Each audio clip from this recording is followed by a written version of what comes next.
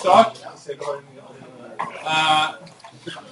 Welcome to this first in our series of Friday seminars for this spring, 2015. This is a series of seminars which is run by the Center for Islamic and Middle East Studies, for those of you who haven't been here before and don't know that. And also with the support also of the research project, the New Middle East, which is based at the center. There is some programs which have been distributed here, and we'll see that we have, I think, a very interesting program for the spring. Welcome this time. It's also a pleasure to introduce to you Kristian. I may say it in Norwegian, Kristian Ulrichsen, because he has Norwegian roots, as the name gives away. Kristian is the Baker Institute Fellow for the Middle East, based in Seattle, I think. And Rice in Houston. Sorry? Rice University in Houston, living in Seattle. Living in Seattle, yeah, and in Houston, based in Houston. And he has earlier worked at the London School of Economics, where you're also now a discipline fellow, and is an associate fellow of Chatham House in the United Kingdom. For those interested in the Gulf, at least, he's a well-known name. He's been a prolific writer on Gulf politics and economic developments, and the interrelation between them for quite some time. And his last book is on Qatar and the Arab Spring, which came last in 2014. Yeah, and also there's also a new edition coming out of a book from 2011. It's called Insecure Gulf: The End of Certainty. So today he's going to speak under the title The Gulf States and the Struggle for the Post-Arab Spring. There are some recent news for those of you who have listened to the radio or been on the net today about developments in Saudi Arabia, which make this topic not less interesting than before. But anyway, we'll do as we usually do. For those of you who have not been there before, Kristian will talk for about 45 minutes. And then there will be a question and answer session until 1:30, after which there will be these refreshments, which you can see here. Then we will take away the plastic, and then you can enjoy that. And then you're welcome to hang around for at least for half an hour when we have this room to talk to each other and to Kristian and to have a nice time. So, Kristian, please, go ahead. Thank you. Thank you very much, Bjørn. Thank you again for the invitation to speak here. It's very nice to be back in Oslo and in Norway. And as Bjørn said, it's a very relevant day, I think, to speak about the Gulf and the struggle for the post-Arab Spring, not just the death of King Abdullah in Saudi Arabia, but also the collapse of the Yemeni government last night, and the kind of unraveling of at least one of those post-Arab Spring transitions in Yemen. Of course, we also see the unraveling in Libya of another post-Arab Spring transition. So in many ways, the events of 2011 seem an awfully long time ago. So much has happened. And much of the developments in the interim have been shaped, for good or for bad, by the Gulf states becoming much more visible and proactive regional actors, and really trying to step in to at least shape the pace and direction of change in the Middle East.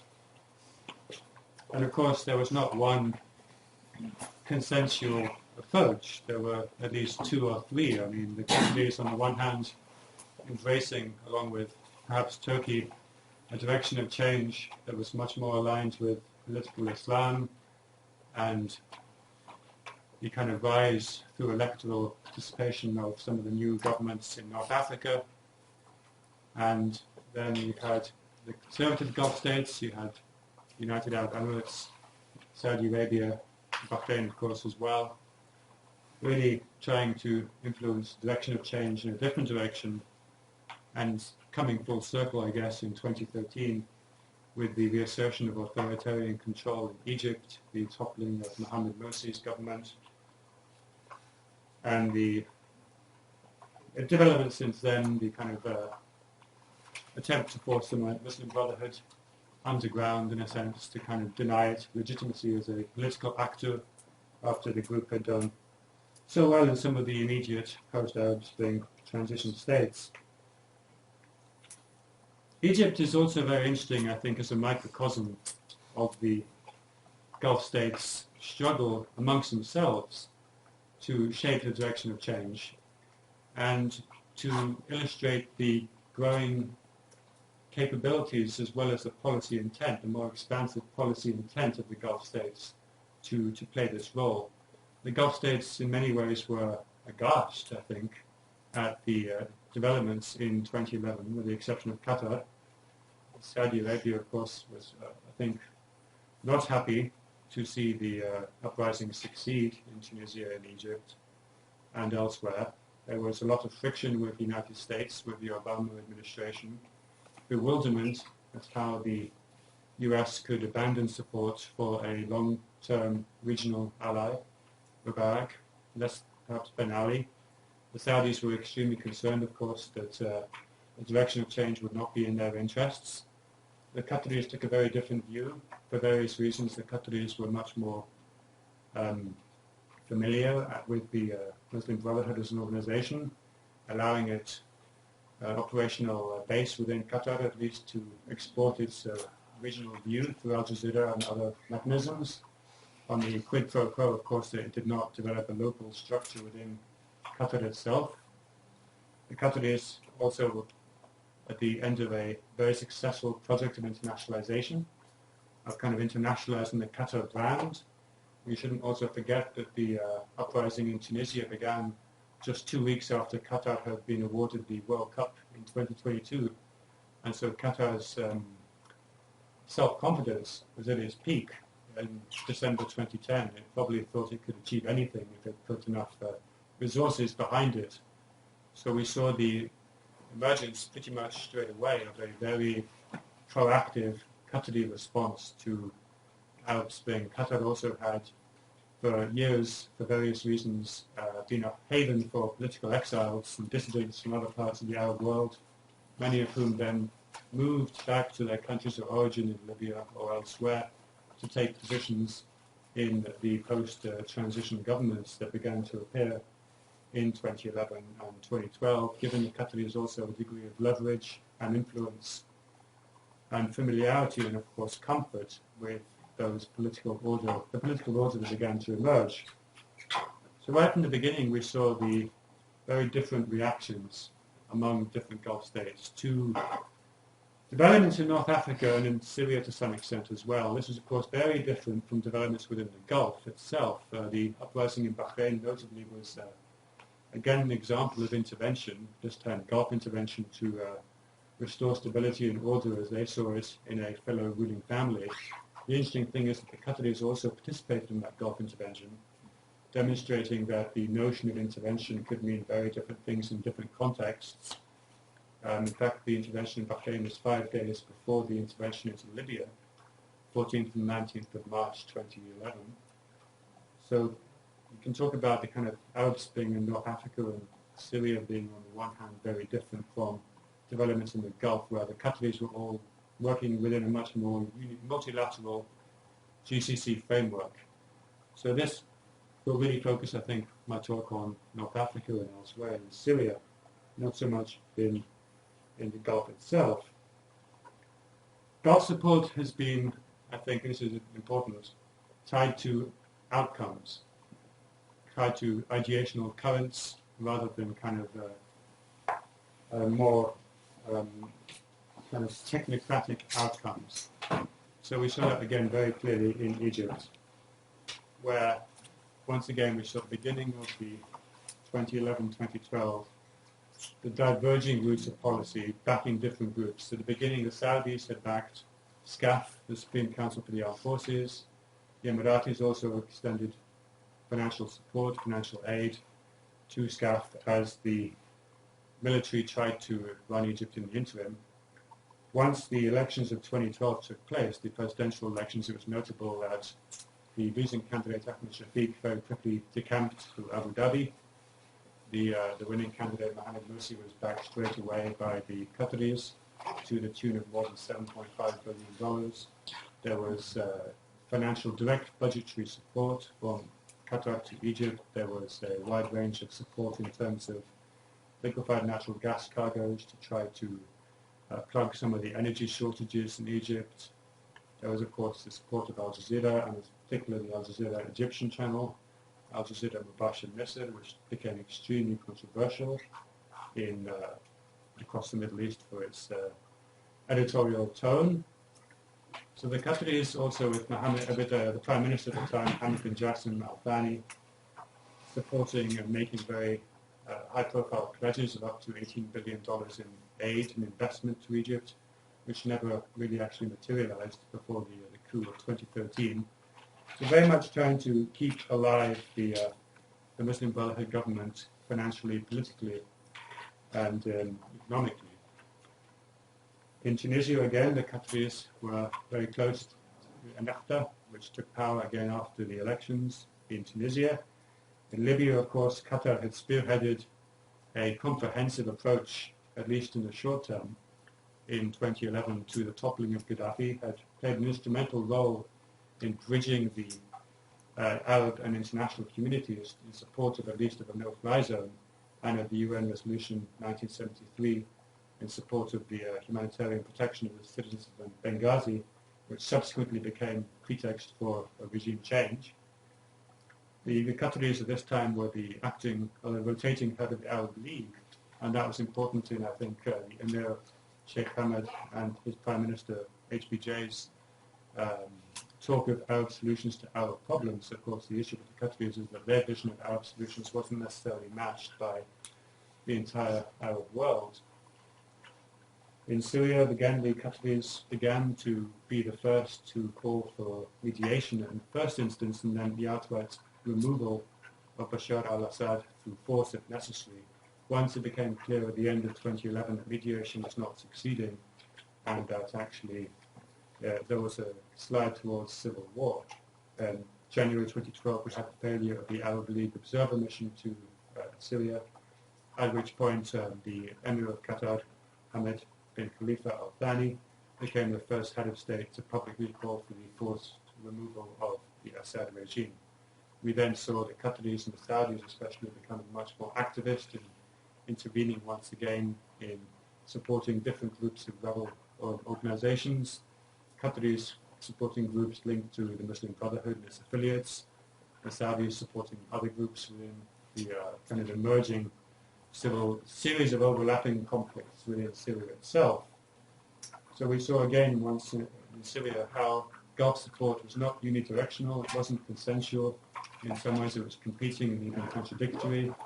And it was also, to many extent, contributing to the fragmentation of an opposition coalition, the fragmentation and the polarization of political actors within Syria, and as it had done within Libya itself prior to in the Libyan revolution as well.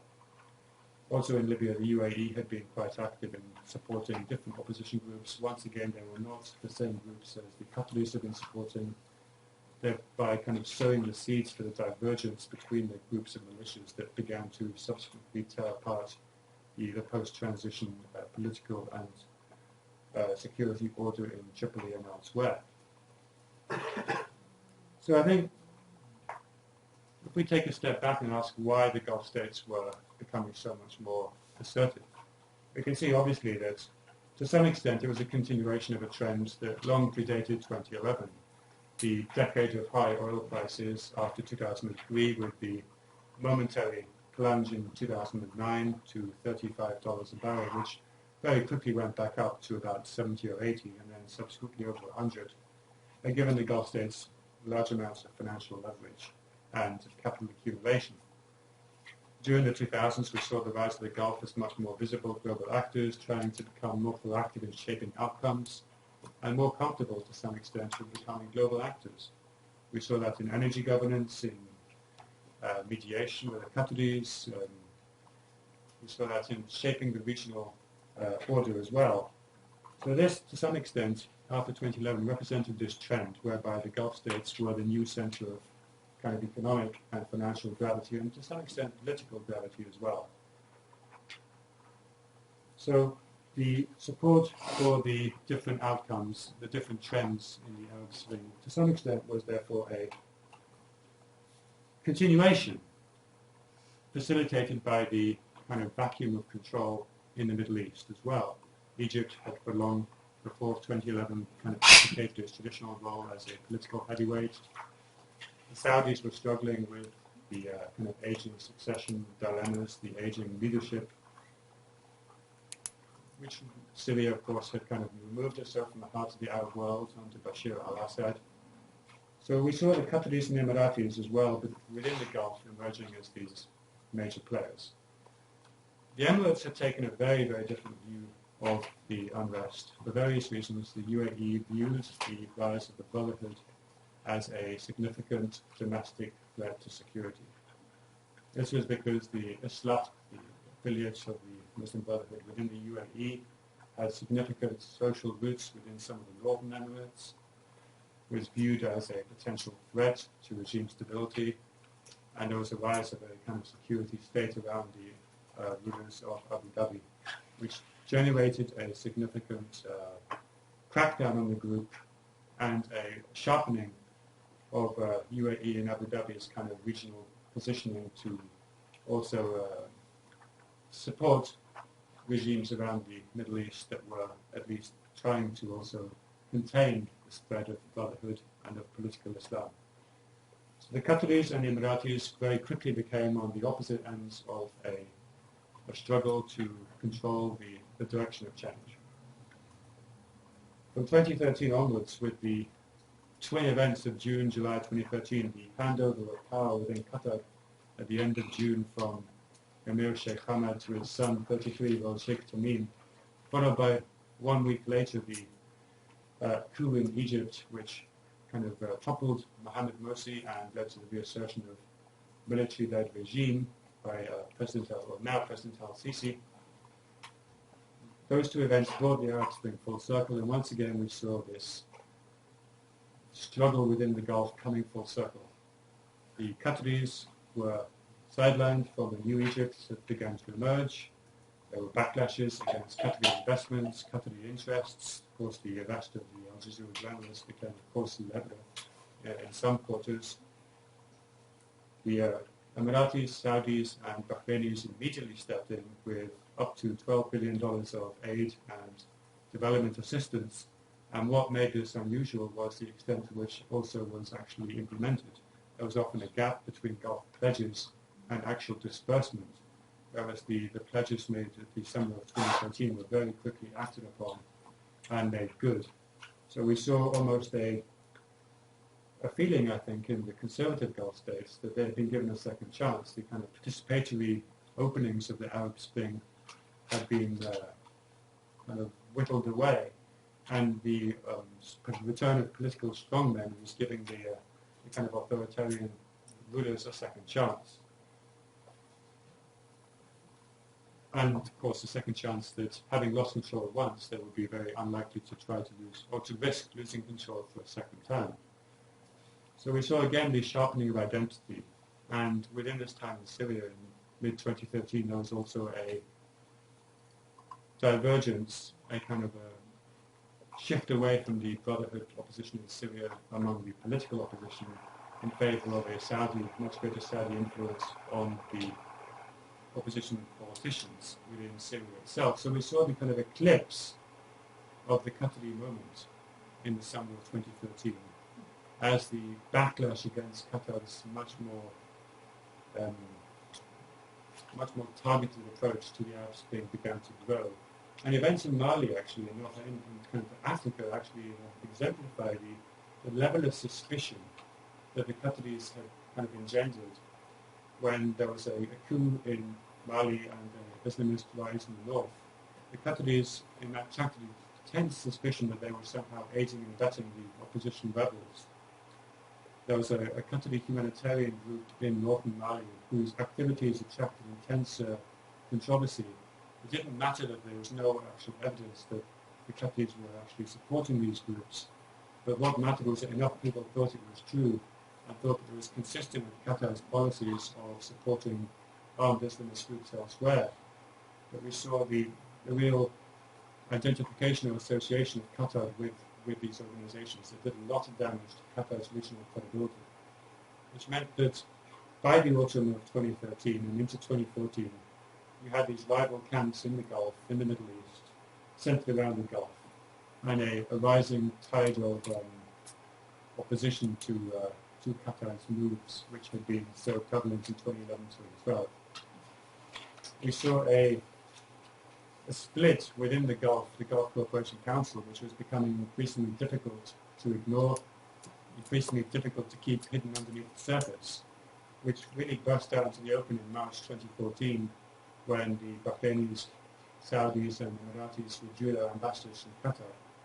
And to some extent that wasn't unprecedented. Saudi Arabia had withdrawn its ambassador from Qatar in 2002, and that lasted for 5 years. He wasn't replaced until 2008. He didn't return until 2007. That was over Qatar's, the Al Jazeera's editorial line on allowing Saudi dissidents in London and elsewhere airtime on Al Jazeera. So the withdrawal of the Saudi ambassador per se was not necessarily something out of the ordinary. It also had been a fact that many of the most intractable disputes involving Gulf states over the past 20 years had in fact involved Qatar at some stage or the other. There was the Qatar-Bahraini territorial dispute that was resolved in 2002. Qataris and the Emiratis had a series of issues going back to Emirates of Abu Dhabi's hosting of the former Emir of Qatar, Khalifa, following his removal in 1995 in the Palace coup. The Saudis and Qataris had a long history of territorial kind of claims and counterclaims as well. What made the issue in March 2014 so unusual, I suppose, was the coordinated nature of the three ambassadors moving at the same time. So it became clearer and more difficult to keep these emerging differences underneath the surface and to keep them from bursting out into the open. The Gulf split, in fact, became so damaging to at least the projection of some form of Gulf unity that it required the Saudis to try to sponsor a mediation effort in November last year to at least bring the Saudis and the Emiratis closer together. The Saudis were alarmed that the Emirates in particular had taken a visceral approach to the Qatari actions and was in fact doing great damage to the notion of Gulf unity by engaging in a PR campaign in the UK and US media, which was portraying Qatar as a weak point, as the kind of the underbelly, the soft underbelly in the fight against ISIS and the kind of terror financing angle as well. So it took the Saudis to actually, after months of Kuwaiti and Omani mediation had gone nowhere, it took the Saudis to kind of really bring them together and say, look, this is actually doing more damage to the the notion of Gulf unity than any good, so it's got to kind of come to an end. And it's probably no coincidence that very soon afterwards we saw a kind of Qatari reconciliation with Egypt as well, kind of bringing events more or less full circle. And of course this was, to some extent, a reaction to the very different regional events which were confronting the Gulf by the end of 2014. The rise of ISIS, Islamic State in Iraq and Syria, the kind of ending of any notion that the Gulf states could control the proxies that they had been supporting in Syria or in Libya as both countries spiraled towards full, not just civil war, but intensifying radicalization as well, meant that there was a whole new set of internal and external security dilemmas and urgent challenges facing the region. And the Gulf states, of course, can no longer view themselves as a kind of island or oasis of relative stability surrounded by this kind of sea of change as they try to portray themselves. So there was, I think, a feeling within the Gulf, especially with the Saudis, that they had to at least draw down some of these squabbles among themselves to better try to face up to some of the regional challenges. Yemen, of course, being another example on the southern border of the Arabian Peninsula, sharing a 1,000-mile plus boundary with Saudi Arabia, with three of the Gulf monarchs elderly and to some various stages of ill health. King Abdullah, who passed away earlier this morning, being increasingly infirm. The president of the UAE having had a stroke last year and effectively being out of the picture as power has been kind of more or less coalesced in the hands of the Crown Prince of Abu Dhabi. And of course, the Sultan Qaboos in Oman has been in Germany since July, undergoing medical treatment and has not turned to Oman since. So we're seeing almost the internal challenges rising in the Gulf just at the moment in time where the external challenges also are taking place. And of course the subsequent plunge in the international oil price since June 2014, halving to the year's end, only made this even more volatile and uncertain as regional challenges also multiplied as well. So by the end of the year, if you were a Gulf ruler looking out, you would probably think that the attempts to shape the regional direction of change have only, in a sense, led to a resurgence of those challenges that you were trying to avoid. We see a massive increase in radicalization on all the boundaries of the Gulf, in the north with Iraq, the west with Syria, the south with Yemen. We see the failure of kind of Gulf mediation. We see the failure of Gulf attempts to support the successor regimes financially to actually make any real dent into some of the economic challenges facing post-regime or post-transition governments in Egypt and North Africa. We're seeing rising discussions within the Gulf about the wisdom of continuing to pour billions or tens of billions of dollars into the Egyptian and to other economies. There was a high-profile pledge of up to $40 billion in investment from the UAE into Egypt last year, which again has not really been implemented. There's been very little to actually materialize. And of course, with the fall of the international oil price, it's much more difficult to see the Gulf states continuing to make such large pledges when there will soon, I think, be more pressing, urgent domestic issues to focus resources upon. And we can also see, I think, internally, two measures which I think would be focused upon in terms of Gulf states moving forward, because these are almost like a kind of a cancer. They're kind of eating internally and sometimes don't become visible until it's too late. And one is the rising break-even price of oil that's needed to balance Gulf budgets. That has been going up relentlessly over the past few years, in large part also because of the increase in state spending, increase in current expenditure, also capital expenditure, but mainly current expenditure on wages and subsidies. The break-even price of oil to balance Gulf budgets has gone from $20 a barrel in some cases to a ratio of 90 for Saudi Arabia, and for the UAE it's more than 130 for Bahrain. So even before the price began to collapse, there was a kind of unsustainable fiscal problem there. Even in Kuwait or in Qatar, it's rising rapidly, and there's less of a room for maneuver than there was before. And if you look at the political economy of the Gulf states, as redistributed states, where the traditional pillars of socio-political stability have been the redistribution of wealth and the creation of jobs and kind of subsidization of basic services, this is something that cannot necessarily go on forever. And the attempt to try to diversify that were made in economic diversification that were made in the 2000s were shown to be hollow in some ways, in many ways, by the instinctive response post-Arab Spring to actually intensify the politics of patronage in an attempt to kind of maintain the status quo and short-term stability. So we see a situation where short-term stability is in many ways directly contradictory to long-term sustainability in terms of fiscal sustainability within Gulf societies. So that's going to be a challenge that the fall in the oil price will only have exacerbated and made much more urgent. The difficulty being that the political sensitivities of taking things away and not giving things out is such that any attempt to try to rein in some of the spending or the patterns of spending will likely be encountering resistance. We saw just now in Kuwait couple of weeks ago the attempt or the announcement on January 1st that subsidies were being lifted on kerosene and on diesel. It created an immediate political backlash. All 50 members of parliament have signed a letter to the government urging them to review and to reinstate the subsidies. We saw in Bahrain last year an attempt to increase fuel prices. Once again in Bahrain we saw the political backlash among Sunni MPs. So the government could not afford to alienate the Sunni constituency, having done so with the Shia constituency prior to 2014 with the uprising, the way it dealt with that. So the challenge really for the Gulf is how to reformulate the pillars of stability without undermining those very pillars at the same time. And I think that's going to be incredibly difficult, and probably it's going to require a lot of political capital and courage, which the instinctive policy responses to the Arab Spring have indicated are not currently in place.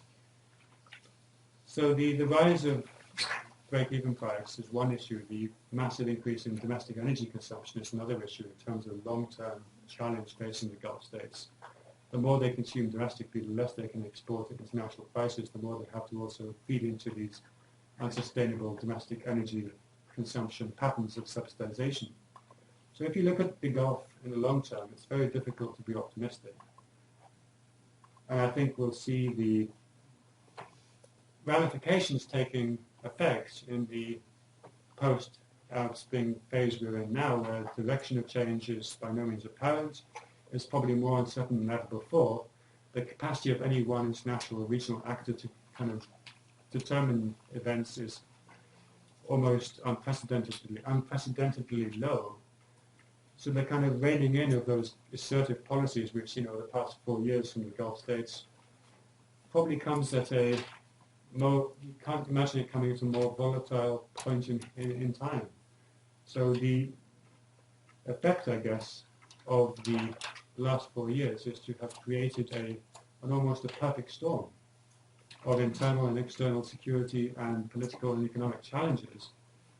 And the unwinding or the unraveling of that will become, I think, increasingly difficult for anyone, any actor, not just to partner with in terms of local and regional institutions, but also in just trying to get to grips.